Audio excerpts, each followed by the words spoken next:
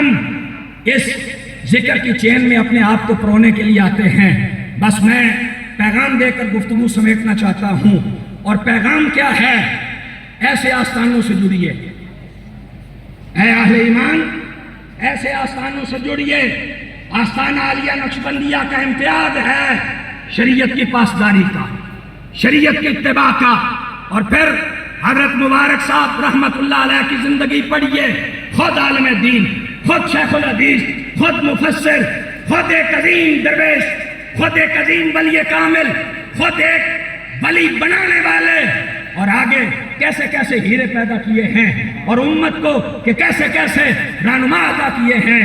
میاں صاحب آپ کی توجہ چاہتا ہوں، ہماری آپ سے قلبی محبت ہے، اور ہمارا آپ سے دلی لگاؤ ہے، اور اس دلی لگاؤ کی ایک ہی وجہ ہے الحب فی اللہ۔ اس دلی لگاؤ کی وجہ کیا ہے؟ اللہ رب العزت کی ذات کے ساتھ محبت۔ آپ کے ہاں جب آتے ہیں تو کلیجہ ٹھنڈا ہو جاتا ہے اماموں کی بہار دیکھ کر۔ نعرہ تکبیر، نعرہ رسالت، نعرہ رسالت، پیر اچھی مبارک، پیر اچھی مبارک، پیر اچھی مبارک۔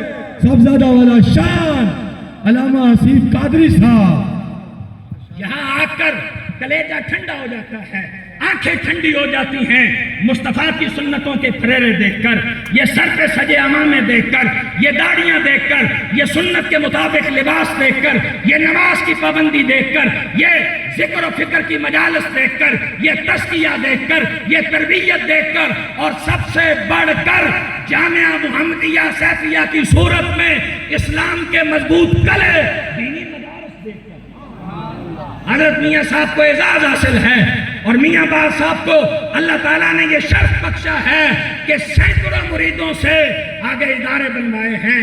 اور میں میاں صاحب کی جس مجلس میں بھی گیا ہوں، حضرت میاں صاحب کا یہ اعلان ضروری ہوتا ہے، اپنا ایک ایک بیٹا حضور کے دین کے لیے وقف کرو، اپنی ایک ایک بیٹی رسول اللہ کے دین کے لیے وقف کرو، اس لیے کہ دین زندہ رہے گا علماء سے وابستگی کے ساتھ، اور ایسے علماء، صلحاء اور پیشواؤں کے تعلق کے ساتھ، اور اسلام کی مضبوطی مدارس دینیہ کے قیام سے ہے، مدارس دینیہ کی آبادی سے ہے۔